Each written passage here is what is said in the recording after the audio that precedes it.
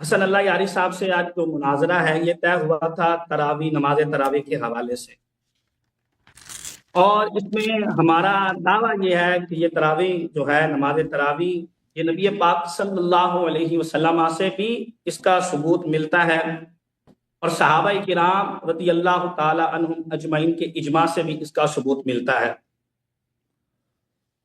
تو انشاءاللہ تعالی ہم اپنے دلائل اسی طرح پیش کریں گے، مسلمات خصم سے بھی پیش کریں گے انشاءاللہ تعالی، اور اپنی کتابوں سے بھی دلائل کو پیش کریں گے۔ ایک ریکویسٹ یہ ہے کہ حسن اللہ یاری صاحب جو حوالہ دکھائیں گے، جو سکرین شاٹ دکھائیں گے اسکرین کے اوپر، تو مہربانی اگر ہوگی کہ وہ حوالہ ہمیں واٹس ایپ کر دیا جائے تاکہ ہم اس کو چیک کر لیں، اس کا سیاق و سباق دیکھ لیں، تاکہ ہم اس حوالے کو چیک کر لیں، اس کا سیاق و سباق دیکھ لیں کہ آیا کہ جو حسن اللہ یاری صاحب بات کر رہے ہیں یہ کیا بات کر رہے ہیں اور اس کتاب کے اندر کیا بات موجود ہے۔ یہ ہماری ایک ریکویسٹ ہے اللہ حسن اللہ یاری صاحب سے۔ دوسرا یہ ہے کہ مناظرے کا کوئی ٹائم فکس کر لیں، کتنی دیر مناظرہ ہوگا، ایسے ہم لگے رہے تو 3 گھنٹے بھی ہو سکتے ہیں، 4 بھی، تو پتہ نہیں چلے گا، تو اس کا کوئی ٹائم فکس کر لیں کہ 1 گھنٹہ گفتگو ہونی ہے، 1.5 گھنٹہ ہونی ہے، یا 2 گھنٹے ہونی ہے، اس ٹائم کو فکس کر لیا جائے۔ اور دوسرا کتنے دیر فریقین گفتگو کریں گے، اس بات کی طرف آ جاتے ہیں، تو میری رائے یہ ہے کہ 5 منٹ بہت زیادہ ہیں، 5 منٹ حسن اللہ یاری صاحب گفتگو کریں، 5 منٹ میں ان سے گفتگو کروں گا، ٹھیک ہے، اور احترام کے دائرے میں رہتے ہوئے بات کریں گے انشاءاللہ تعالی، کوئی گالم گلوچ نہیں ہوگی اللہ کی رحمت سے۔ بالکل ہم حسن اللہ یاری صاحب کو اپنا بڑا سمجھتے ہوئے، عمر میں بھی مجھ سے بڑے ہیں، تو ایک بڑا سمجھتے ہوئے ان سے احترام کے ساتھ بات کریں گے، اور احترام کے دائرے میں اللہ تعالیٰ گفتگو ہوگی۔ میرے ہوتے ہی ہوتے الحمدللہ اچھے طریقے سے بات ہوئی ہے۔ چلیں میں ان کو دیتے ہیں 1-2 منٹ، وہ بھی کوئی ضروری بات ہے۔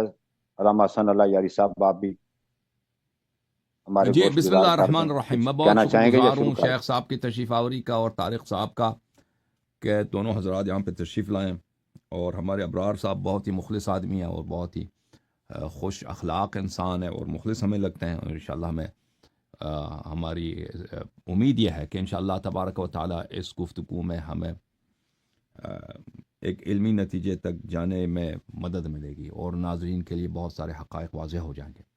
جہاں تک نماز تراویح کا تعلق ہے تو یہ نماز تراویح اس طرح کا کوئی نہ کوئی حدیث ہے، نہ کوئی قرآن کی آیت ہے، کچھ بھی نہیں ہے، ٹھیک ہے نا؟ یہ خود بھی مانتے ہوں گے کہ تراویح کا لفظ کسی حدیث میں کسی میں بھی نہیں ہے، اور جہاں تک رسول صلی اللہ علیہ وآلہ وسلم نے نماز پڑھائی ہے یہ بھی ایک بہتان کے علاوہ کچھ بھی نہیں ہے، اور ہم ان کے کتابوں سے دکھائیں گے۔ صحابہ، یہ انہوں نے کہا یہ صحابہ کا اجماع ہے، ہم صحابہ کے بڑے بڑے صحابہ کے اعترافات دکھائیں گے ان کے اپنی کتب سے صحیح اسانید کے ساتھ، کہ صحابہ نے خود اعتراف کیا ہے کہ تراویح بدعت ہے، یہ ایک بدعتی نماز ہے، اور پھر یہ کہ بدعت کا لانے والا، بدعت پہ عمل کرنے والا جہنمی ہوتا ہے، وہ تو واضحات میں سے۔ انہوں نے کہا کہ میں اپنے حوالے واٹس ایپ کے ذریعے سینڈ کروں، تو یہ میرے لیے ممکن نہیں ہے کہ میں حوالے سینڈ کروں۔ واٹس ایپ سے زیادہ آسان ہے، کیونکہ میں جو بھی حوالہ دوں گا وہ اسکرین پہ دکھاؤں گا نا، آپ کے جو معاونین ہیں وہ اسی وقت وہ پاز کر سکتے ہیں، ان کے پاس جو ڈیوائس ہوگا، فون ہوگا یا لیپ ٹاپ ہوگا یا ٹیبلٹ ہوگا، اس پہ پاز کر کے اس کو حوالے کو پوری طرح سے صفحہ نمبر وغیرہ سب دیکھ لیں گے، ٹھیک ہے نا؟ تو وہ پاز کریں گے یا ریپلے کریں گے یا کچھ پیچھے چلے جائیں گے تو وہ حوالے آپ کو نظر آ جائیں گے اسی وقت۔ اور اگر میں نے کوئی چیز صحیح طرح سے بیان نہیں کی ہے تو آپ دوبارہ مجھ سے پوچھ سکتے ہیں کہ بھئی آپ نے وہ حدیث دکھائی ہے، وہ اس کو ذرا دوبارہ پڑھیے، دوبارہ اس کا صفحہ نمبر وغیرہ دکھا دیے، تو میں دوبارہ دکھاؤں گا انشاءاللہ، اس سے کوئی بات نہیں ہے۔ اس کی وجہ یہ ہے کہ میں سیٹ نہیں کر سکتا کہ یہاں میرے پاس کوئی آدمی نہیں ہے نا بیک گراؤنڈ میں، کیونکہ میں خود تو آپ سے گفتگو کر رہا ہوں۔ اگر کوئی آدمی بیک گراؤنڈ میں ہوتا کہ وہ کیونکہ اس میں ٹائم لگتا ہے بھائی، اس کو نکال کے اس کو سینڈ کرنا، اگر اس طرح ہوتا نا تو ہو سکتا تھا، لیکن یہاں پہ میرے مدد کرنے والا اس طرح کے کوئی انسان نہیں ہے جس کو یہ حدیث وغیرہ مدد کرنے والے ہیں، ہمارے پاس ہیں، لیکن وہ اس طرح لوگ نہیں ہے کہ عالم علماء ہوں، طالب علم ہوں، جن کو کتابیں پڑھنا آتا ہے، حدیث کا صفحہ وغیرہ جو میں دکھاتا ہوں اسی کو وہ نکال بھی سکے، سینڈ بھی کر سکے نا، اس طرح کے نہیں ہیں وہ بیچارے، عربی وغیرہ ان کو پڑھنا نہیں آتا ہے ان لوگوں کو. ٹھیک ہے نا. Thank you sir. ٹھیک، جزاک اللہ جی، بہت شکریہ. میں چاہوں گا کہ میں تھوڑا ایڈ کر دوں مفتی محمد ابرار صاحب کہ 5 منٹ کی ٹرن بہت تھوڑی ہے، پہلے ابتدائی 10 منٹ رکھتے ہیں، بعد میں 5 منٹ کر لیں گے، تو مقدمہ جو ہے نا دعویٰ ہے وہ پیش کرنے کے لیے تھوڑا ٹائم ہوگا. کیسا رہے گا؟ چلیں یہ کر لیتے ہیں، لیکن آپ ٹائم یہ بتا دیں کہ کتنی دیر تک یہ ڈیبیٹ چلے گی. ٹھیک ہے، اوپن کم ایٹ لیسٹ دیکھتے ہیں جتنی مرضی چلیں، 10 ٹرن کر لیں گے. یہ تو ہوتا ہے کئی دفعہ مناظرہ کا کچھ نہ کوئی رزلٹ پہلے نکل آئے تو ایٹ لیسٹ. جی علامہ صاحب آپ کچھ فرمائیں گے؟ حسن اللہ یاری صاحب. میں تو سمجھتا ہوں کہ 5 منٹ تو کم ہوتے ہیں، 10 منٹ ہونے چاہیے، اور اگر وہ مانتے ہیں، اگر نہیں مانتے کیونکہ تو 5 میں نے منٹ کافی آبزرو کیا نا کہ 5 منٹ میں نا میں نے آبزرو کیا جو پچھلے بھی، کیونکہ حوالہ نکالتے تھوڑا پڑھتے اور اس کا ترجمہ اگر آپ کرتے. ایک حدیث پڑھیں گے نا، اگر حدیث فرض کریں 4-5 سطر کے ہیں تو وہ 5 منٹ میں بمشکل وہی حدیث پڑھیں گے، اس کے بعد جو اس کی توضیح وغیرہ دیں گے، اس پڑھ کر اس پر جو تبصرہ کرنا ہے، اپنے اوپر تبصرہ کرنا ہے، یا اس سے کوئی مقدمہ یا کوئی دعویٰ نکالنا ہے تو وہ مشکل ہو جائے گا. چلیں 10 منٹ ایسے رکھتے کر ہیں، لیتے ہیں، شروع پہلی کرتے ہیں. 5-10 اور دوسری 5 جو ہے 5 منٹ. چلو آپ ایسے جلدی کر سے لیں. نکل جانا. ابرار صاحب کیا ہے دیکھیے نا، میں آپ کو پتا ہے چلو بھائی، جیسے آپ کی مرضی، کوئی بات نہیں، کوئی بات. ابرار صاحب جیسے کہیں وہ. تھی، پھر سحری بھی ہے آگے، تو میں اس لیے کہہ رہا ہوں کہ جلدی ہم کلوز سحری کر. کا کیا ہے، سحری تو ہو جائے اچھا، گا. اس میں مدعی کون ہے اور دعویٰ کس نے پیش کرنا ہے؟ وہ بتائیں. منکر کون ہے؟ یہ دعویٰ ہمارا یہ ہے کہ نماز تراویح جو ہے وہ عبادت ہے، ایک سنت عمل ہے. رسول اکرم صلی اللہ علیہ وسلم سے اس کا ثبوت ملتا ہے صحیح احادیث سے. اور نوافل کی جو جماعت ہے اس کے اوپر دونوں طرف سے دلائل موجود ہیں، مسلمات عند الخصم بھی ہمارے پاس موجود ہیں، اور ہماری بھی احادیث کتابیں بھری پڑی ہے کہ نوافل کی جماعت ہو سکتی ہے. اور یہ بھی مانتے ہیں کہ جو نوافل ہے، یہ نماز تراویح ایک نوافل جماعت ہے، نوافل نماز ہے. اچھی بات. چلیں اس طرح کرتے ہیں علامہ اپنا مفتی صاحب کہ شروع کرتے ہیں، اور کوشش کیجیے کہ موضوع پر ہی رہا جائے، اور وہ جو بھی مناظرے کی آداب ہوتے ہیں اور وہ ان کو ملحوظ خاطر رکھتے ہوئے بسم اللہ کیجیے. میں ٹائم لگاتا ہوں، 10 منٹ آپ دعویٰ پیش کریں گے. جی بسم اللہ کیجیے، میں شروع کر رہا ہوں. اوکے. بسم اللہ الرحمن الرحیم. ہمارا دعویٰ یہ ہے کہ نوافل کی جماعت کرانا یہ محبوب خدا صلی اللہ علیہ وسلم کی سنت مبارکہ ہے، اور آپ نوافل کی جماعت کرا سکتے ہیں. اس کے اوپر میں سب سے پہلے اپنی یہ صحیح بخاری سے حوالہ پیش کروں گا. صحیح بخاری کے اندر حدیث پاک ہے، حدیث کا نمبر ہے 840. حضرت اتبان بن مالک رضی اللہ تعالیٰ عنہ، یہ صحابی رسول ہیں، یہ نبی پاک صلی اللہ علیہ وسلم کی مبارک بارگاہ میں آئے اور عرض کرتے ہیں، یا رسول اللہ صلی اللہ علیہ وسلم، میں اپنی قوم کو، بنی سالم کو جماعت کرواتا ہوں یا رسول اللہ صلی اللہ علیہ وسلم، لیکن اب میری حالت یہ ہو گئی ہے، انی انکرت بصری، کہ میری جو نظر ہے وہ کمزور ہو چکی ہے یا رسول اللہ صلی اللہ علیہ وسلم، اور میرے گھر اور مسجد کے درمیان ایک چیز حائل ہے کہ میں مسجد تک جا نہیں سکتا.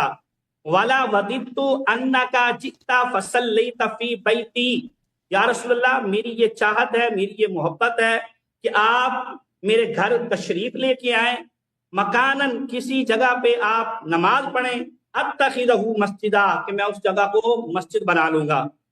تو نبی پاک صلی اللہ علیہ وسلم نے فرمایا، افعل انشاءاللہ تعالی، کہ میں تیری یہ خواہش انشاءاللہ تعالی ضرور پوری کروں گا. پھر بعد میں نبی پاک صلی اللہ علیہ وسلم تشریف لے کے گیا ان کے گھر، اور حضور نے ان سے اجازت مانگی، اور جب حضور ان کے گھر پہنچے تو نبی پاک صلی اللہ علیہ وسلم نے فرمایا، اینا تحب ان اصلی من بیتک، تو کہاں چاہتا ہے کہ میں نماز پڑھوں، تو مجھے جگہ بتا، تو مجھے وہاں جگہ بتا، میں وہاں نماز پڑھوں گا. تو حضرت اتبان بن مالک رضی اللہ تعالیٰ عنہ فرماتے ہیں فَأَشَارَ إِلَيْهِ مِنَ الْمَكَانِ الَّذِي أَحَبَّ أَن يُصَلِّيَ فِيهِ، تو میں نے نبی پاک صلی اللہ علیہ وسلم کو اشارہ کیا، آقا علیہ الصلوۃ والسلام کو جگہ کا بتایا، تو اس جگہ نبی پاک صلی اللہ علیہ وسلم نے جماعت کرائی، فَصَفَفْنَا خَلْفَهُ، اور ہم نے آقا علیہ الصلوۃ والسلام کے پیچھے صف بنائی۔ یہ صحیح بخاری کے اندر حدیث ہے اور اس حدیث کا نمبر ہے 840۔ اسی طرح صحیح بخاری کے اندر ایک اور حدیث پاک ہے حضرت انس بن مالک رضی اللہ تعالی عنہ سے، اور اس حدیث کا نمبر ہے 860۔ حضرت انس بن مالک رضی اللہ تعالی عنہ آپ فرماتے ہیں کہ نبی پاک صلی اللہ علیہ وسلم کی ہم نے اپنے گھر میں دعوت کی، آقا علیہ الصلوۃ والسلام ہمارے گھر میں تشریف لے کے آئے، اور نبی پاک صلی اللہ علیہ وسلم جب ہمارے گھر میں تشریف لے کے آئے تو نبی پاک صلی اللہ علیہ وسلم کی ہم نے دعوت کی، حضور نے کھانا تناول فرمایا۔ کھانا تناول فرمانے کے بعد نبی پاک صلی اللہ علیہ وسلم نے فرمایا قوموا فلا اصلی بکم، تم کھڑے ہو جاؤ تاکہ میں تمہیں نماز پڑھاؤں۔ فرماتے ہیں ہم نے ایک چٹائی بچھائی اور اس چٹائی کے اوپر ہم نے نماز پڑھی۔ فقام رسول اللہ صلی اللہ علیہ وسلم والیتیم معی والعجوز من ورائنا فصلی بنا رکعتین، تو آقا علیہ الصلوۃ والسلام نے ہمیں ایک نماز پڑھائی، میں حضور کے پیچھے کھڑا ہوا، میرے ساتھ ایک اور بچہ تھا اور ہمارے پیچھے بڑھیا تھی، اور ہم نے نبی پاک صلی اللہ علیہ وسلم کے پیچھے نماز پڑھی۔ تو یہ ہماری اہل سنت کی کتابوں کے اندر موجود ہے کہ آپ نفل کی جماعت کرا سکتے ہیں۔ اور اسی طرح اہل تشیع کی کتب سے میں حوالہ پیش کرتا ہوں۔ اہل تشیع کی کتاب ہے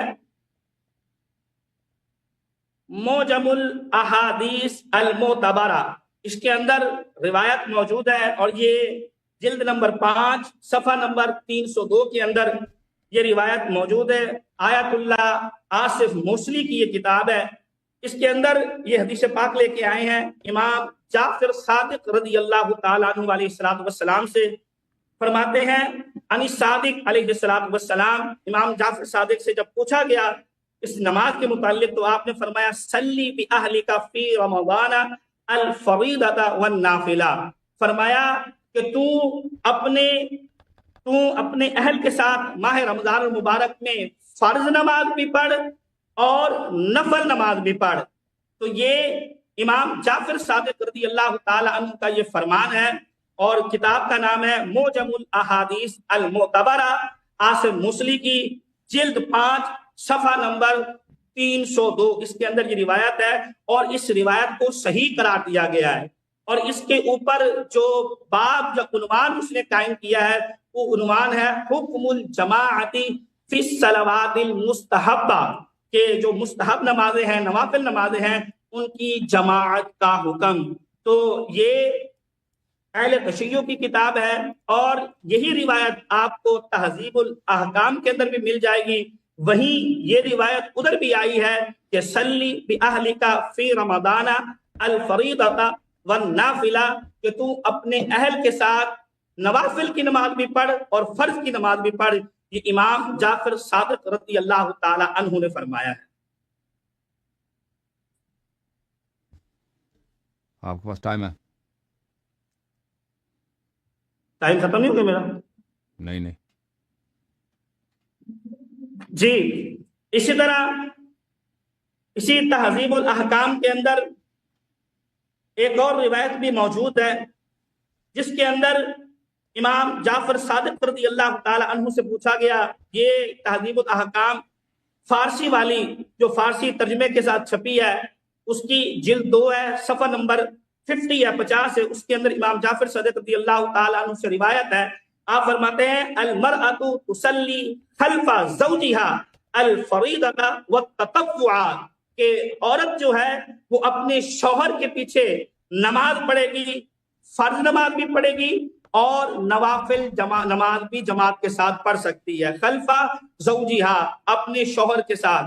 تو اس سے بھی یہ ثابت ہو رہا ہے کہ نوافل کی جماعت کرائی جا سکتی ہے، اور عورت جو ہے وہ اپنے شوہر کے پیچھے جب اگر نوافل کی نماز پڑھ سکتی ہے، فرض کی نماز پڑھ سکتی ہے، تو باہر بھی آپ جو ہے نوافل کی جماعت کرا سکتے ہیں، چاہے وہ نوافل ماہ رمضان المبارک کے ہوں یا دیگر نوافل ہوں، اور دوسری حدیث پاک میں امام جعفر صادق علیہ الرحمہ نے علیہ الصلوۃ والسلام نے فرمایا صلی باہلک فی رمضان الفریضۃ والنافلہ، کہ آپ اپنے اہل کے ساتھ نماز پڑھیں، فرض نماز بھی اور نفل نماز بھی. اور اس کے آگے امام جعفر صادق رحمۃ اللہ علیہ نے فرمایا فإنی افعلہ، اور بے شک میں بھی یہی عمل کرتا ہوں.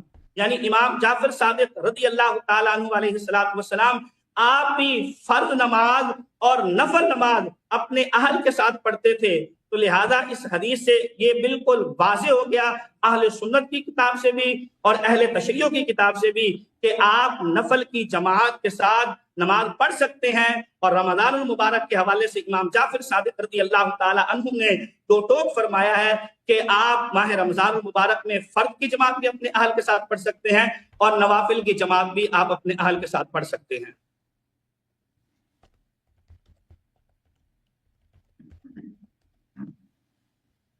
جی ختم ہو گیا جی. ابھی دو منٹ ہیں آپ کے بات کرنی ہے تو یہ تو ٹائم نظر نہیں آ رہا، میں نے شاید سمجھا شاید 10 منٹ پورے ہو گئے. میں نے 2 منٹ ہیں. جی چلے ایک اور روایت اسی طرح اسی تہذیب الاحکام کے اندر موجود ہے، یہی جلد نمبر 2 صفحہ نمبر 98 جو فارسی والی چھپی ہوئی ہے، اس کے اندر بھی روایت موجود ہے. امام جعفر صادق رضی اللہ تعالی عنہ سے آپ فرماتے ہیں تَأُمُّ الْمَرْأَةُ النِّسَاءَ فِي الصَّلَاةِ، کہ عورت جو ہے وہ عورتوں کی جماعت کرائے گی، وَتَقُومُ وَسْطًا مِنْهُنَّ، اور ان کے درمیان کھڑی ہوگی، وَيُقِمْنَ عَنْ يَمِينِهَا وَشِمَالِهَا، اور وہ عورتیں اس کے دائیں بائیں کھڑی ہوں گی، تَأُمُّهُنَّ فِي النَّافِلَةِ، اور وہ عورت جو ہے وہ نافلے کی جماعت کروائے گی، نافلے کی وہ عورت جماعت کرائے گی. تو اس حدیث پاک سے بھی یہ ثابت ہوتا ہے کہ نافلے کی جماعت کرانا یہ اہل تشیع کے ہاں بالکل جائز ہے. اور اگر آپ عام نماز نافلے کی جماعت کے ساتھ پڑھ سکتے ہیں تو نماز تراویح ماہ رمضان المبارک کی اس کو جماعت کے ساتھ کیوں نہیں پڑھا جا سکتا. اسی طرح ایک اور حدیث پاک اسی کے اندر موجود ہے اور اس کا صفحہ نمبر ہے 99. اس کے اندر امام جعفر صادق رضی اللہ تعالی عنہ سے سوال کیا گیا سألت ابا عبداللہ علیہ السلام عن المرأة تأم النساء، کہ عورت جو ہے وہ عورتوں کی جماعت کرا سکتی ہے. تو اس کے اندر امام جعفر صادق رضی اللہ تعالی عنہ نے فرمایا اذا کن جمیعا، فرمایا جب وہ تمام عورتیں ہوں، اور امتہن فی النافلہ، تو ان کی جماعت جو ہے وہ نافلہ کی صورت میں کرائی جا سکتی ہے.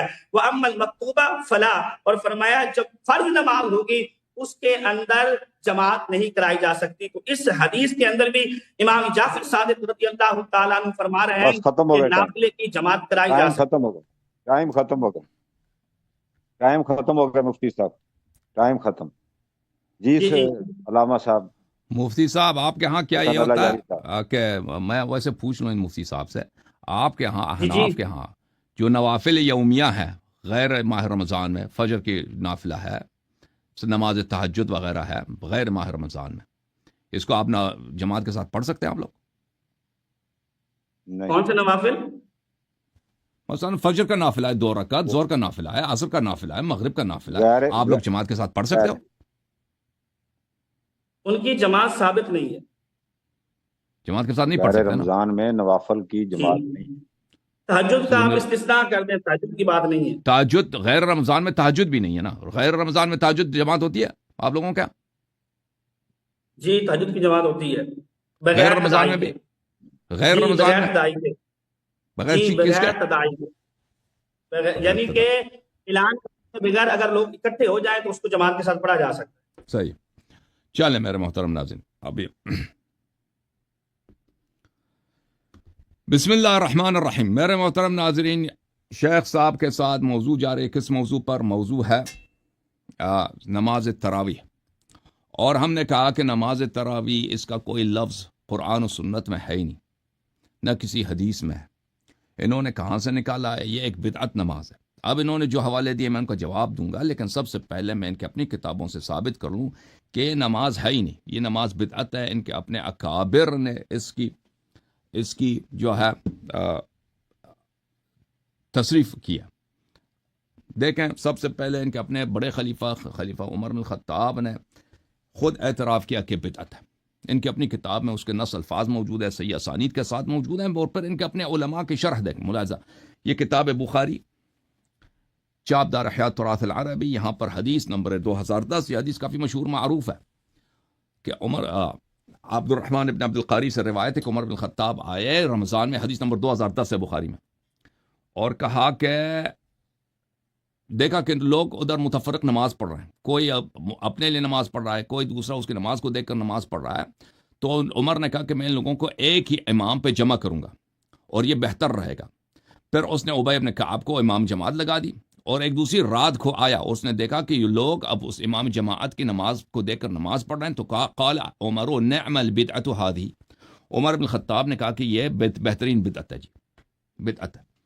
اور پھر اس نے کہا کہ جو لوگ اس نماز کو نہیں پڑھتے جماعت کے ساتھ اور گھر میں جا کر اس کو بعد میں پڑھتے ہیں وہ بہتر ہے, وہ اور بہتر ہے. ٹھیک ہے نا. اچھا, اس سے پتہ چلتا ہے کہ یہ عمر بن الخطاب کے نزدیک بھی یہ بدعت تھا, اور اس سے یہ بھی پتہ چلتا ہے کہ عمر بن الخطاب خود بھی تراویح نہیں پڑھتا تھا, اور اس سے یہ بھی پتہ چلتا ہے کہ اگر اس کو مسجد میں نہ پڑھیں اور اس کو اپنے گھر میں جا کر بعد میں پڑھیں یہ بہتر ہے. اچھا, اب بات یہ ہے کہ اس بدعت سے کیا مراد ہے. یہ تو کہیں گے کہ یہ بدعت فلاں لغوی معنی ہے, لغوی معنی بھی ہوں بدعت کے, تو اس کا مطلب ہے کہ کبھی یہ ہوا نہیں ہے اس سے پہلے. رسول صلی اللہ علیہ وآلہ وسلم نے یہ نماز نہیں پڑھائی. لغوی بدعت بھی معنی لے لیں, یعنی اس سے پہلے یہ تھا نہیں, تو اس سے لازم آتا ہے کہ اس سے پہلے نہیں تھا, یعنی اس سے شرعی بدعت لازم آ جاتا ہے کہ اس سے پہلے یہ نہیں تھا, یعنی کسی نے یہ نہیں پڑھایا. اب ان کے اپنے اعلام نے اس موضوع پر کیا بیان دیا, ملاحظہ کریں میرے محترم ناظرین. یہ کتاب ہے المدخل الى سنن الکبری للحافظ البیہقی, جزء اول, چھاپ اضواء السلف.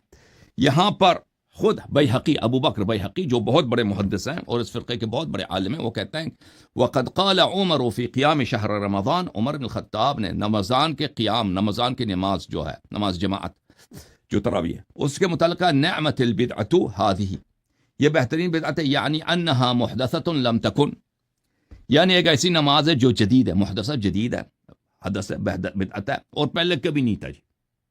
اس کا لفظی معنی یہی ہے کہ پہلے کبھی نہیں تھا. عمر نے خود اعتراف کیا, اور آپ دیکھ رہے ہیں کہ بیہقی نے بھی اس کی وضاحت کی. یہ تبیین و کذب المفتری للحافظ ابن العساکر, حافظ ابن عساکر کی مشہور معروف کتاب تبیین و کذب المفتری. یہاں پر ملاحظہ کریں صفحہ نمبر 97 میں شافعی سے روایت کرتا ہے کہ شافعی نے کہا قال عمر فی قیام رمضان نعمت البدعۃ هذه, یعنی انہا محدثۃ لم تکن. شافعی نے بھی ہے, جو آپ کے ائمہ اربعہ میں سے ایک بہت بڑے امام ہیں, اس نے بھی یہی شرح کی عمر کے قول کو کہ یہ بدعت ہے.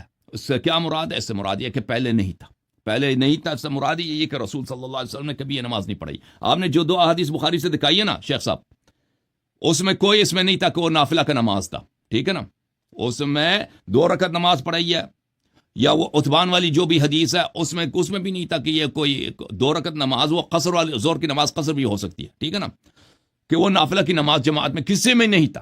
ٹھیک ہے نا, اور اس کو بعض لوگوں نے, آپ نے جو پہلی حدیث جو 840 والی دکھائی ہے بخاری کی, اس میں یہ تھا, اس کو بعض لوگوں نے نماز ضحیٰ کے دلیل قرار دیا, اور خود بخاری میں عائشہ کی حدیث موجود ہے کہ رسول صلی اللہ علیہ وسلم نے کبھی نماز ضحیٰ نہیں پڑھی ہے.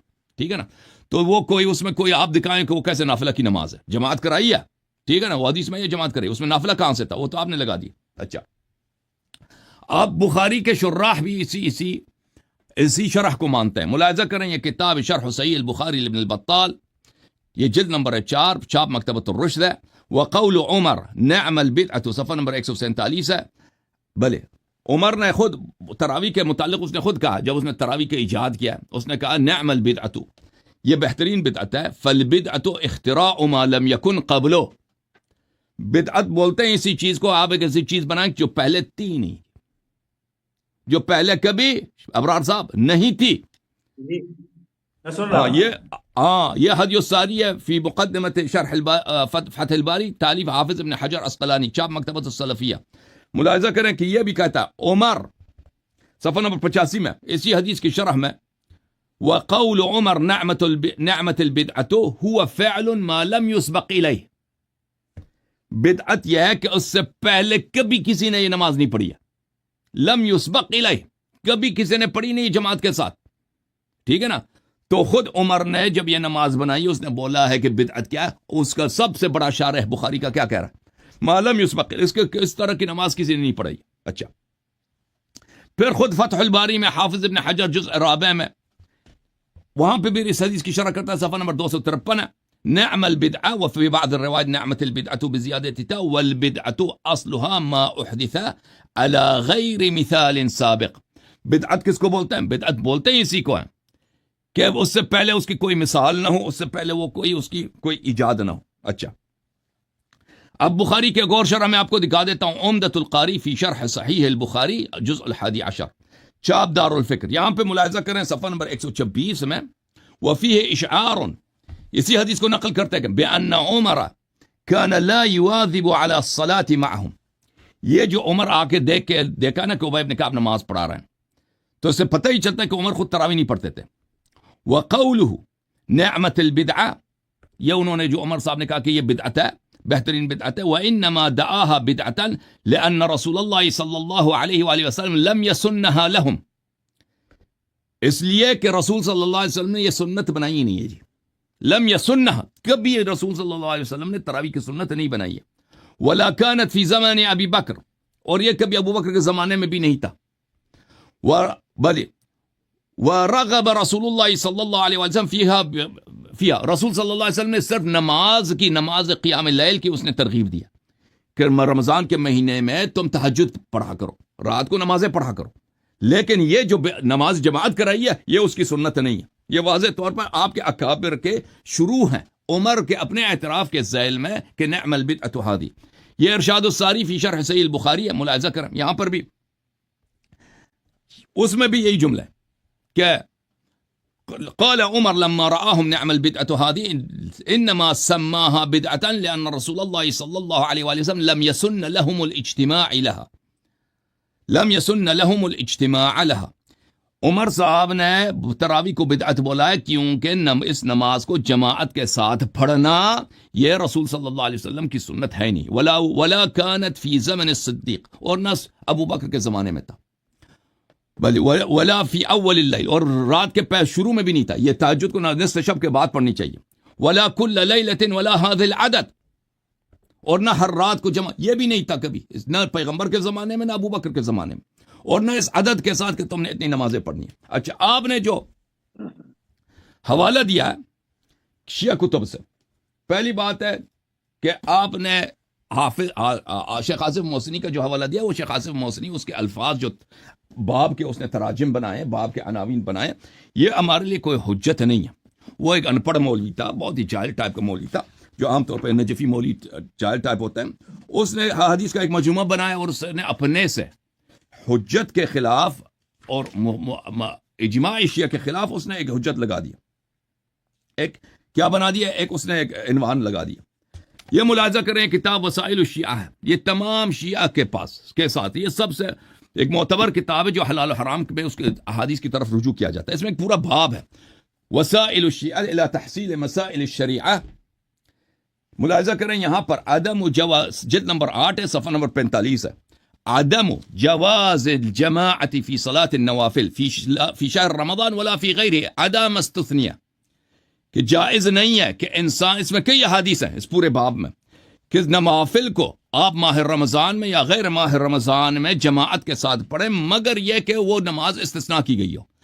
اگر کوئی نماز استثناء کی گئی ہے، شیخ صاحب سن رہے نا، کوئی نماز جیسے نماز استسقاء ہے مستثنیات میں سے، اس میں عورت چاہے امام نماز جماعت بن جائے، اس میں مرد نماز، وہ نماز نافلہ ہے، اس میں وہ نماز مستحب ہے، اس میں جماعت کے ساتھ کیا جا سکتا ہے. یا نماز عیدین ہے، بعض کے نزدیک یہ مستحب ہے، ٹھیک ہے نا، یہ جماعت کے ساتھ کرایا جاتا ہے. آپ کے ہاں بھی احناف کے ساتھ اور مالکیہ کے ساتھ نماز عیدین جو ہے کیا نوافل مستحب ہے، واجب نہیں ہے، اور اس کو جماعت کے ساتھ پڑھا جا سکتا ہے. حنبلیوں کے ساتھ یہ فرض کفایہ ہے، احناف کے نزدیک یہ واجب ہے، دوسروں کے نزدیک یہ مستحب ہے، ٹھیک ہے نا. تو اس کو جو چیزیں مستثنا ہیں عورتیں، اس کو آپ نے جو حدیث پڑھی ہے وہ مستثنیات کے لیے. آپ نے کوئی حدیث نہیں دکھائی ہے کہ کہ نوافل رمضان کو جماعت کے ساتھ پڑھی جا سکتی ہے. وہ تہذیب والی جو آپ نے حدیث پڑھی ہے اس کا جواب میں دے دوں گا، لیکن میرا ٹائم ختم ہو گئی ہے. اس کے علاوہ آپ کے پاس تو کوئی حدیث آئی نہیں.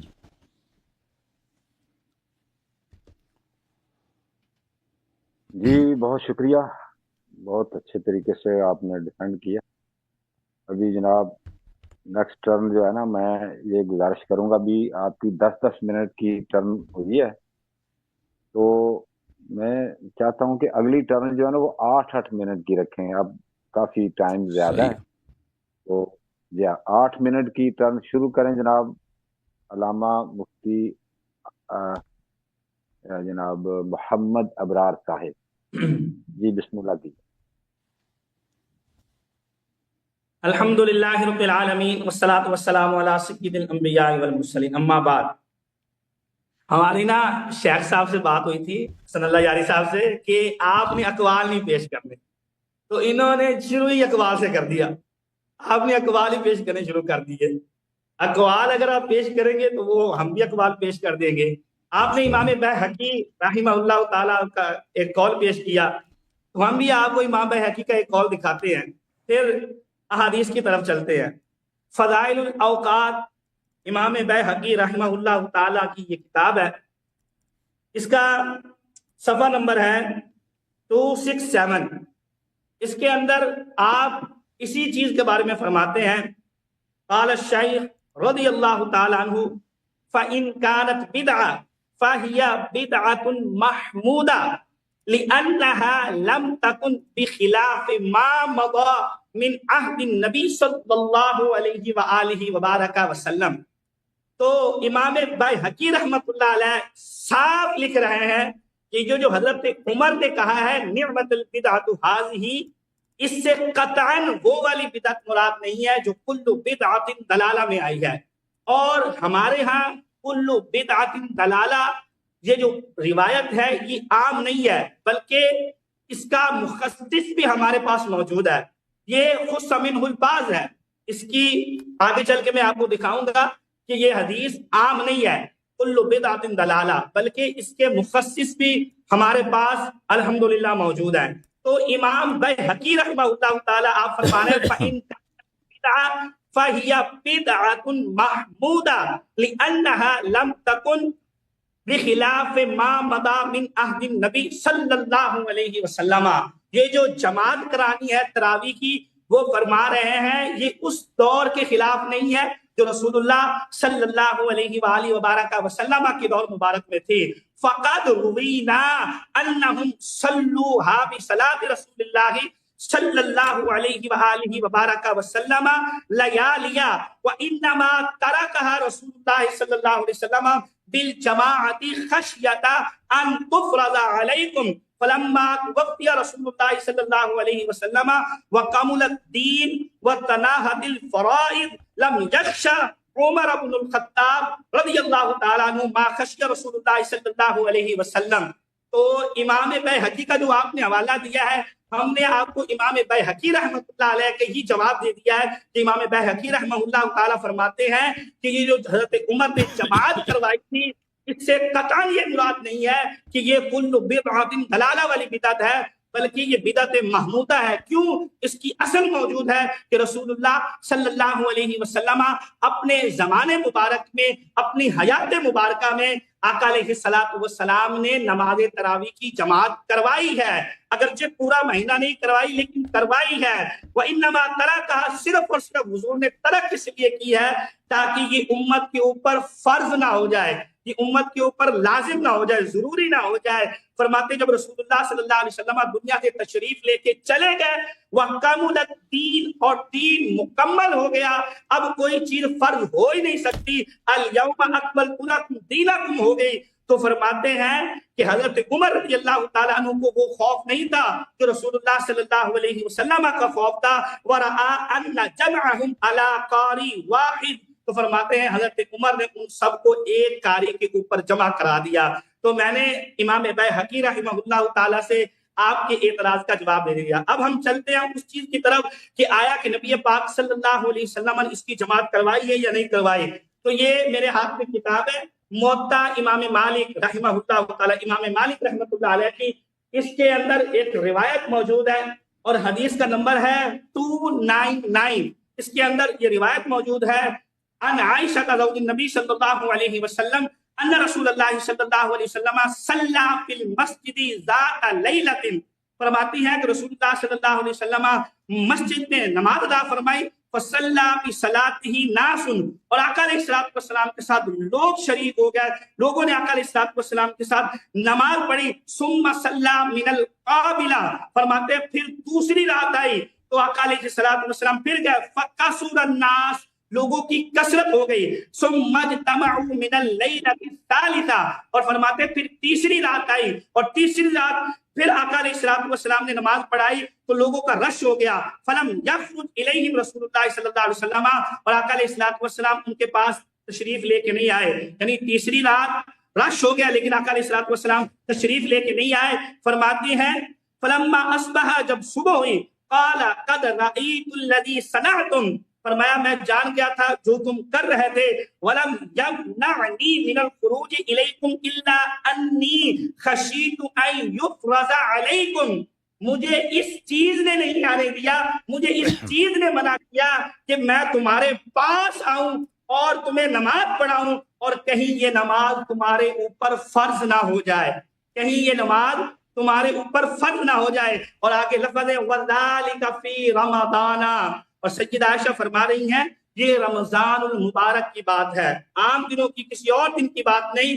یہ موطا امام مالک ہے, اگر آپ دیکھ سکے تو حدیث کا نمبر ہے 299. اس کے اندر یہ روایت موجود ہے کہ سیدہ عائشہ صدیقہ رضی اللہ تعالی عنہا فرماتی ہیں کہ نبی پاک صلی اللہ علیہ وسلم نے باقاعدہ جماعت کروائی, ایک دن کروائی, دوسرے دن کروائی, اور تیسرے دن آقا علیہ الصلوۃ والسلام تشریف لے کے نہیں آئے, نبی پاک صلی اللہ علیہ وسلم نہیں آئے. کیوں؟ حضور نے فرمایا انی خشیت ان یفرض علیکم وذلک فی رمضان, کہ مجھے خوف تھا, مجھے خطرہ تھا کہیں تمہارے اوپر یہ نماز فرض نہ ہو جائے. تو جو امام بیہقی رحمہ اللہ تعالیٰ نے اپنی فضائل الاوقات میں جو تبصرہ کیا ہے کہ حضور نے نماز پڑھائی, اس نماز کا ثبوت یہ موطا امام مالک رضی اللہ تعالی عنہ سے مل گیا ہے, اور حدیث کا نمبر ہے 299.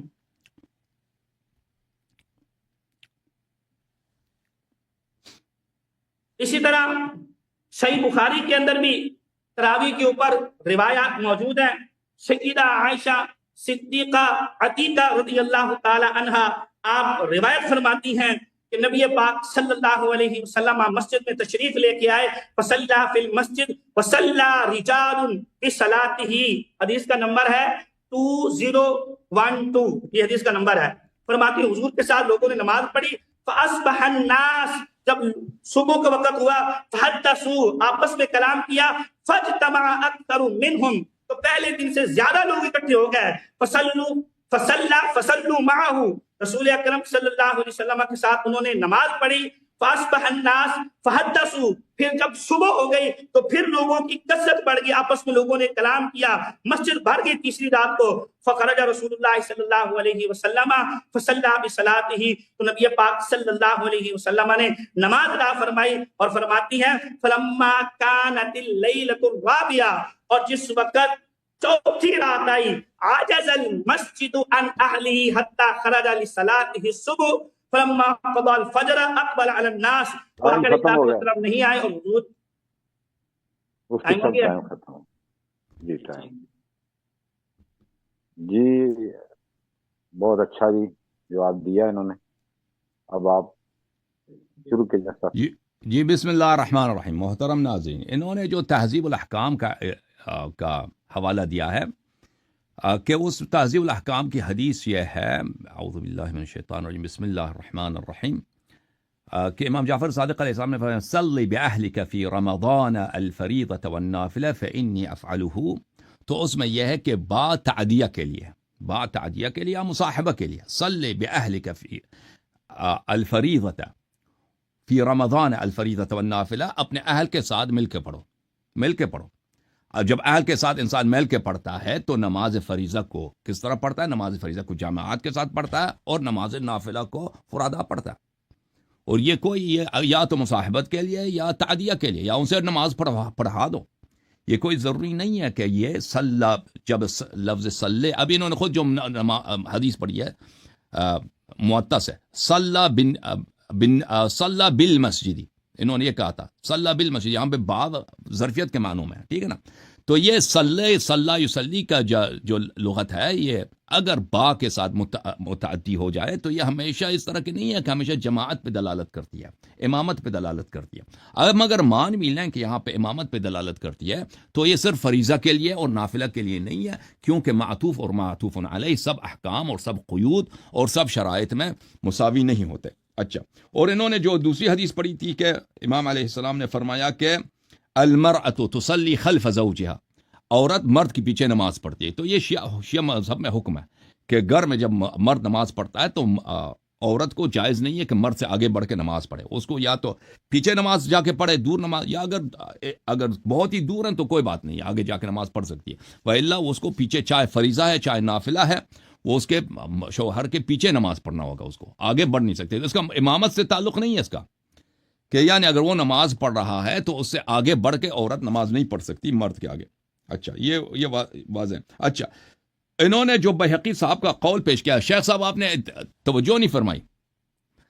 دیکھیں، میں نے اقوال، آپ نے کہا کہ آپ نے اقوال کیوں پیش کیا، میں نے آپ کے خلیفہ صاحب عمر بن الخطاب کا قول پیش کیا ہے کہ نماز تراویح انہوں نے خود کہا بدعت ہے. بدعت سے مراد کیا ہے بھئی؟ آپ کوشش نہیں کر سکتے. جب اس نے خود اعتراف کیا یہ بدعت ہے تو آپ کے علماء نے، آپ کے اکابر نے، شافعی، بحقی سب نے کہا کہ یہ پہلے نہیں تھا، ٹھیک ہے نا، اس سے پہلے کبھی ہوا ہی نہیں ہے. تو اس کا مطلب یہی ہے. اور بعد نے تو تصریح کیا کہ رسول اللہ صلی اللہ علیہ وسلم نے لم یسن لہم رسول اللہ صلی اللہ علیہ وسلم، رسول اللہ صلی اللہ علیہ وسلم کی یہ سنت ہی نہیں ہے. جب بات تو بدعت کا واضح معنی آپ کے ہاتھ میں آ جاتا ہے کہ یہ کوئی حسن اللہ عری کا اجتہاد نہیں ہے، یہ واضح طور پر عمر بن الخطاب کا اپنا اعتراف ہے کہ نماز تراویح بدعت ہے. آپ نے جو بحقی صاحب کی عبارت نقل کی، فَإِنْ كَانَتْ بِدْعَةٌ فَهِيَ بِدْعَةٌ مَحْمُودَةٌ فَإِنَّهَا لَمْ تَكُنْ خِلَافَ مَا كَانَ فِي عَهْدِ رسول اللہ صلی اللہ علیہ وسلم. اگر یہ بدعت ہے تو یہ ایک اچھی بدعت ہے، کیونکہ یہ رسول صلی اللہ علیہ وسلم کے زمانے میں جو باتیں تھیں ان کے خلاف نہیں تھی، ٹھیک ہے نا، یہ اس کا اپنا نظریہ ہے، اس سے میں کام نہیں ہے. لیکن عمر بن الخطاب آپ کے نزدیک خلیفہ ہے، واجب الاتباع، واجب التصدیق ہے. اس نے خود اپنے الفاظ میں کہا ہے کہ یہ بدعت ہے، یہ رسول صلی اللہ علیہ وسلم کے زمانے میں نہیں تھا.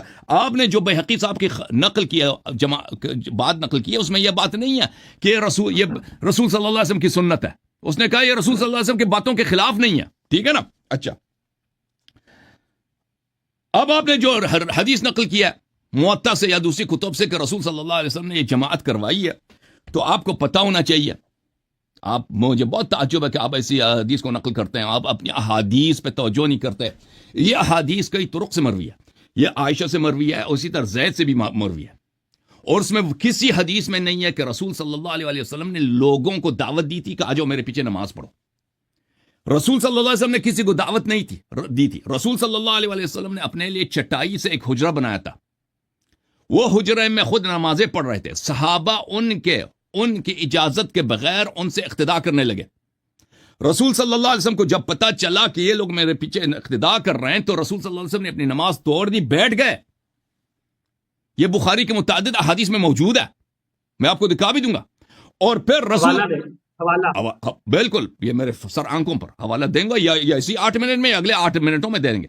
اور پھر رسول صلی اللہ علیہ وآلہ وسلم نے ان کو مسجد سے نکالا. دیکھیں، اگر یہ کوئی مرغوب سنت ہوتی، ہم نہیں کہتے کہ رسول صلی اللہ علیہ وسلم کے زمانے میں صحابہ نے کوشش نہیں کی. جن لوگوں نے بعد میں تراویح کو دین میں شامل کیا، انہوں نے رسول صلی اللہ علیہ وسلم کے زمانے میں بھی کوشش کی کہ پیغمبر فرادہ نماز پڑھ رہے ہیں، انہوں نے پیچھے جا کے اقتداء کیا. رسول صلی اللہ علیہ وسلم جب کو پتہ، دیکھیں پیغمبر صلی اللہ علیہ وسلم اگر نماز جماعت کرانی ہوتی تو چھٹائی کا گھر نہ بنا لیتے تاکہ اس میں پرائیویسی کے ساتھ پرائیویٹ ہو کے نماز پڑھے. وہ محراب میں سب کو بلا کر نماز پڑھاتے. رسول صلی اللہ علیہ وآلہ وسلم نے چٹائی کا گھر بنایا. جب پتہ چلا کہ میرے پیچھے نماز پڑھ رہے ہیں تو کیا بیٹھ گئے. پھر ان کو مسجد سے نکال دیا. پھر یہ کہ وہ آپ نے جو موطا کی حدیث آپ نے نقل کی، انی خشیت ان تفرض علیکم، یہ آپ پر لازم نہ ہو جائے. اس میں آپ نے نماز کا کیوں لفظ لگا دیا کہ نماز واجب ہو جائے؟ یہ تو عذاب کی بات ہے کہ انہوں نے رسول صلی اللہ علیہ وسلم کے حیات اقدس میں بدعت شروع کرنے کی کوشش کی تھی. اور رسول صلی اللہ علیہ وسلم جب نماز کے لیے نہیں آئے تھے اگلے دن، تو انہوں نے رسول صلی اللہ علیہ وسلم کے گھر پہ پتھراؤ کیا تھا صحابہ نے. پتراؤ جب کیا تھا تو رسول صلی اللہ علیہ وسلم کے واضح الفاظ ہے کہ مجھے تو ڈر ہے کہ آپ پہ کیا ہو جائے، آپ پہ عذاب نازل نہ ہو جائے. جب اللہ تعالیٰ نے شیخ صاحب رسول صلی اللہ علیہ وسلم سے وعدہ کیا تھا شب معراج، یہ خمسون، یہ 5 نمازیں ہیں، میں اس میں 50 نمازوں کا اجر آپ کو دوں گا، آپ کی امت کو دوں گا. وما يبدل القول لدي، اور پھر میں اس کو چینج ہی نہیں کروں گا. جب اللہ نے وعدہ دیا شب معراج کے 5 نمازوں کے بعد کوئی نماز واجب ہی نہیں کرنی ہے، تو وہ کیسے وہ نہ، اور اگلی پیغمبر کو خوف ہو سکتا ہے کہ وہ دوسری نماز جو ہے وہ واجب ہو جائے گا. اور پھر آپ کے اپنے علماء کے الفاظ میں دکھاؤں گا کہ یہ نوافل پر مواظبت کرنے سے نافلہ واجب نہیں ہوا بن جاتا. پیغمبر صلی اللہ علیہ وسلم نے کبھی نوافل چھوڑا ہی نہیں زندگی میں، نوافل اس کی وجہ سے واجب ہو گئے. اچھا، حوالے دیکھیں، میں نے جو باتیں نقل کی خارج سے بغیر کتب دکھائے، وہ تو کئی ہے کہ میں ان کو آہستہ آہستہ ان کے حوالے پیش کروں گا. اور یہ حدیث اس میں کچھ تفصیل بھی ہے، تو یہ 8 منٹ میں پیش ہونے والی حدیث نہیں ہے، اس میں ٹائم لگتا ہے. پہلی بات ہے، میں ان کے اپنی کتاب سے ایک بہت ہی جلیل القدر صحابی ان کے نزدیک ابو ہریرہ، ان کا نقل پیش کروں گا کہ وہ واضح طور پہ کہتے ہیں کہ رسول صلی اللہ علیہ وسلم نے کبھی جماعت نہیں کرائی. یہ ملاحظہ کریں، یہ مسند احمد ابن حنبل ہے، چاپ دار الحدیث ہے، بتحقیق شیخ احمد محمد شاکر، جلد نمبر کون سا ہے؟ جلد نمبر 7 ہے. یہاں پہ ابو ہریرہ صاحب کی حدیث نقل کرتے ہیں، اس کے ذیل میں کہتے ہیں اسناد صحیح. رسول اللہ، ابو ہریرہ کہتے ہیں کہ رسول صلی اللہ علیہ وسلم نے رمضان یرغب الناس فی قیام رمضان ویقول من قامه ایمانا واحتسابا غفر له ما تقدم من ذنبه. رسول صلی اللہ علیہ وسلم نماز میں رمضان میں تہجد کی ترغیب دیتے تھے. ولم يكن رسول اللہ صلی اللہ علیہ وسلم جمع الناس علی القیام. رسول صلی اللہ علیہ وسلم نے کبھی تراویح نہیں پڑھائی ہے، کبھی لوگوں کو یہ نماز جماعت تراویح کے لیے جمع نہیں کیا پیغمبر نے. یہ ابو ہریرہ کے نص الفاظ ہے. یہ مسند احمد بن حنبل بتحقیق شیخ شعیب الارناؤط جز 13 یہاں پہ حدیث نمبر 7881 ہے. اسناد صحیح علی شرط مسلم، سند اس کی صحیح بشرط مسلم. ولم یکن، ابو ہریرہ کی وہی حدیث ہے، ولم یکن رسول اللہ صلی اللہ علیہ وسلم جمع الناس علی القیام. رسول صلی اللہ علیہ وسلم نے کبھی لوگوں کو تراویح کے لیے جمع نہیں کیا، جماعت نہیں کرائی. اچھا، اس کے علاوہ جی سر،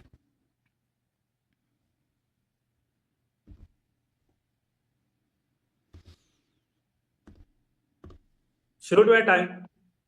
جی آپ شروع کریں حضرت، آپ بسم اللہ الرحمن الرحیم. اصل میں نا جو شیخ حسن اللہ یاری صاحب حوالے دکھا رہے ہیں نا، تو ہم دوسرے موبائل میں لگایا ہوا ہے، تو حوالے وہ بعد میں آتے ہیں، تو ان کا ادھر سے جلدی ختم ہو جاتا ہے. تو اس لیے میں نے کہا تھا کہ نا آپ کیا کہتے ہیں ہمیں سینڈ کر دیں، حوالے دیکھنے میں مشکل ہوتی ہے. ایسے نہیں ہو سکتا مفتی صاحب، بہت ڈیفیکلٹ ہے. جی چلیں بعد میں ہم اسی طرف چلتے ہیں. آپ ایک نشست اور رکھ لیجئے گا نا، جو حوالے میں اگر کچھ مسئلہ ہو تو اس کی ایک نشست آپ کو دے تو دیں. کنٹینیو کریں نا، پھر آگے بھی دیکھی جائے گی انشاءاللہ تعالی. جی آپ بسم اللہ الرحمن الرحیم.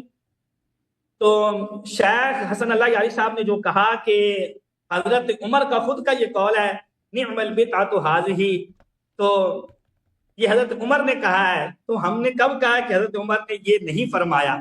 لیکن آپ جو اقوال دکھا کے جو اس چیز سے ثابت کرنا چاہ رہے ہیں، آپ ثابت کرنا چاہ رہے ہیں کل بدعۃ دلالہ والی روایت، کہ معاذ اللہ یہ بدعت دلالہ جو گمراہی والی تھی. جبکہ میں نے جو امام بیہقی رحمہ اللہ کی عبارت پڑھ کے آپ کو سنائی ہے، اس کے اندر انہوں نے واضح یہ لکھا ہے کہ یہ عمل رسول اللہ صلی اللہ علیہ وسلم کے زمانہ مبارکہ میں ہوتا رہا ہے، آقا علیہ الصلوۃ والسلام کے زمانہ مبارکہ میں یہ چیز ہوتی رہی ہے. اور آگے چلتے ہیں، انہوں نے اس روایت کے اوپر جو میں نے موطا کی پڑھی ہے، اس کے اندر یہ اعتراض کیا یفردا کے اوپر کہ لا یبطل القول لدیہ، کہ نبی پاک صلی اللہ علیہ وسلم کو اللہ وحدہ لا شریک نے فرمایا تھا معراج کی رات کہ محبوب صلی اللہ علیہ وسلم یہ جو 5 ہیں یہ 50 ہی رہیں گی، ان کے اندر میں کوئی تبدیلی نہیں کر سکتا. لا یبطل القول لدیہ، یہ جو نمازیں ہیں ان کے اندر میں کوئی تبدیلی نہیں کروں گا. تو میرا حسن اللہ یاری صاحب سے سوال ہے، کیا آپ ناسخ منسوخ کو مانتے ہیں؟ ناسخ منسوخ چلتا ہے شریعت میں. اللہ کا قرآن کہتا ہے ما ننسخ من آیت او ننسیہا نأتی بخیر منہا او مثلہا. یہی تو ہم بات کر رہے ہیں کہ جب تک پیغمبر موجود ہوتا ہے، پیغمبر رہتا ہے، اللہ کا کوئی بھی حکم پیغمبر کی وجہ سے یا پیغمبر پہ وحی کے ذریعے اللہ اس کو تبدیل فرما دیتا ہے، اللہ اس کو چینج کر دیتا ہے. میں اس کی آپ کو ایک حدیث پاک سناتا ہوں. یہ صحیح بخاری کے اندر ہی ایک حدیث پاک ہے اور حدیث کا نمبر ہے جی صحیح بخاری کے اندر حدیث پاک ہے اور حدیث کا نمبر ہے 1937. اس کے اندر ایک حدیث پاک ہے، اذ جاء رجل، ایک بندہ نبی پاک صلی اللہ علیہ وسلم کے پاس تشریف لے کے آیا، حضور کی بارگاہ میں آیا، فقال، کہنے لگا یا رسول اللہ ہلکت، یا رسول اللہ میں تباہ ہو گیا، یا رسول اللہ میں ہلاک ہو گیا۔ حضور نے فرمایا ما لکا، تجھے کیا ہوا ہے میرے غلام، تجھے کیا ہو گیا ہے؟ تو کہنے لگا وقعت علی امرأتی وانا صائم، یا رسول اللہ صلی اللہ علیہ وسلم میں نے روزے کی حالت میں اپنی بیوی کے ساتھ تعلق زوجیت اپنا لیا تھا، وہ والا تعلق بنا لیا تھا۔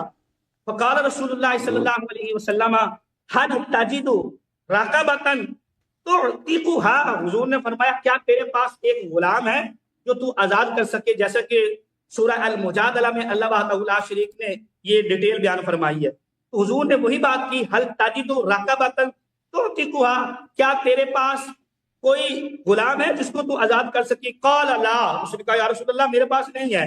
حضور نے فرمایا فہل تستطیع ان تصوم شہرین متتابعین، کیا تو 2 ماہ کے مسلسل روزے رکھ سکتا ہے؟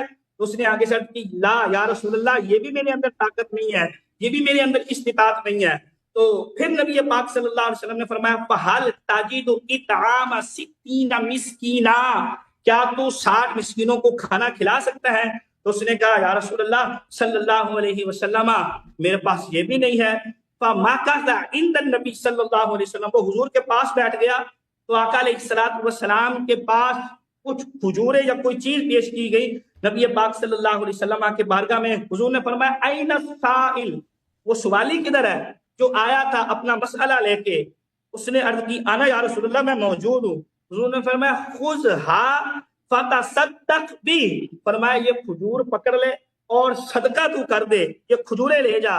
تو اس نے آگے سے عرض کی یا رسول اللہ صلی اللہ علیہ وآلہ وبارک وسلم، مجھ سے بڑھ کے تو کوئی مستحق ہی نہیں ہے کھجوریں لینے والا۔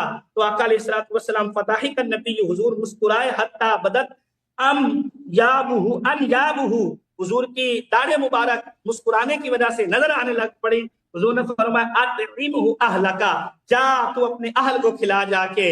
تو دیکھیں ایک بندہ آیا، اللہ کی حدود واضح ہے، اللہ کی شریعت واضح ہے کہ 3 سزائیں ہیں جو بندہ روزے کی حالت میں یہ عمل کرے، لیکن جب محبوب خدا صلی اللہ علیہ وسلم کی بارگاہ میں وہ اپنا عمل لے کے آیا، حالانکہ قرآن کہتا ہے لا تبدیل لکلمات اللہ، اللہ کے قانون چینج نہیں ہوتے، لیکن یہ اللہ نے اپنے محبوب کو اختیار دیا ہوا ہے۔ ہمارا عقیدہ ہے حضور مختار کل ہے، تو حضور کے پاس یہ اختیار تھا کہ حضور شریعت کے جو حکم تھے نبی پاک صلی اللہ علیہ وسلم ان میں اللہ کی اجازت کے ساتھ تغیر اور تبدل بھی فرما سکتے تھے۔ تو اس لیے آقا علیہ السلام نے فرمایا ان یفرض علیکم، مجھے خوف ہے کہ تمہارے اوپر یہ نماز فرض نہ کر دی جائے۔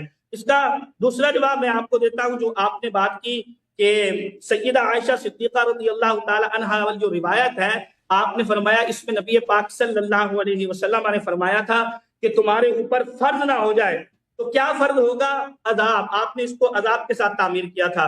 تو میں آپ کو یہاں پہ عرض کرتا ہوں، حضور نے فرمایا وَلَٰكِنِّي خَشِيتُ أَن تُفْرَضَ عَلَيْكُمْ، مجھے خوف ہے کہ تمہارے اوپر یہ فرض نہ ہو جائے، فَتَعْجِزُوا عَنْهَا، ہا ضمیر کہاں لوٹ رہی ہے؟ ہا ضمیر راجع کس کی طرف ہے؟ ہا ضمیر کا مرجع کون ہے؟ کیا فرمایا فتعجزوا عنہا، کہ تم اس نماز سے عاجز آ جاؤ گے جو میں آ کے تمہیں پڑھا رہا ہوں اور تم اقتدا کر رہے ہو، تم پڑھ رہے ہو، تو تم اس نماز سے عاجز آ جاؤ گے۔ اس کے اندر نبی پاک صلی اللہ علیہ وسلم کا خود کا فرمان موجود ہے فتعجزوا عنہا، کہ تم اس نماز سے عاجز آ جاؤ گے۔ میرا سوال ہے اگر عذاب آ جائے تو عذاب میں تو یہ تھوڑا کہے گا کہ میں عذاب سے عاجز آ گیا ہوں، جب عذاب آئے گا تو سب غرق ہو جائیں گے، سب تباہ ہو جائیں گے، سب برباد ہو جائیں گے۔ یہاں پہ عذاب کی بات نہیں ہے شیخ صاحب، یہاں پہ عذاب کا بالکل ذکر نہیں ہے، بلکہ یہاں پہ نماز کا ہی ہے۔ حضور نے خود فرمایا فتعجزوا عنہا، کہ تم اس نماز سے عاجز آ جاؤ گے۔ یہ حدیث پاک، اور آگے جو آپ نے حدیث پاک بیان کی حضرت زید بن ثابت رضی اللہ تعالی عنہ والی روایت، پہلے اس سے میں آپ کو وہ مسند احمد کی روایت کا جواب دے دوں۔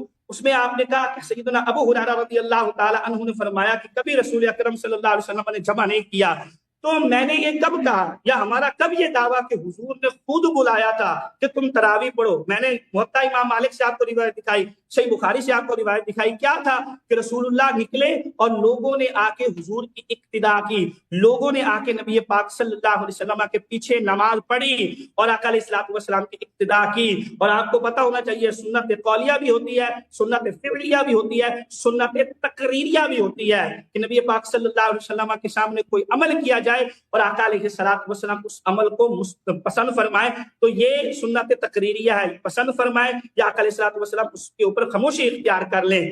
تو نبی پاک صلی اللہ علیہ وسلم نے، ہم یہ نہیں کہتے کہ حضور نے خود اعلان کیا تھا کہ آؤ نماز تراویح پڑھتے ہیں، بلکہ حضور نے نماز پڑھی مسجد میں آ کے اور لوگوں نے حضور کی اقتداء کی، حضور کے پیچھے نماز پڑھی آ کے، جیسا کہ موطا کے اندر موجود ہے اور اس میں لفظ ہے وَذَلِكَ فِي رَمَضَانَ، یہ روایت رمضان کے متعلق۔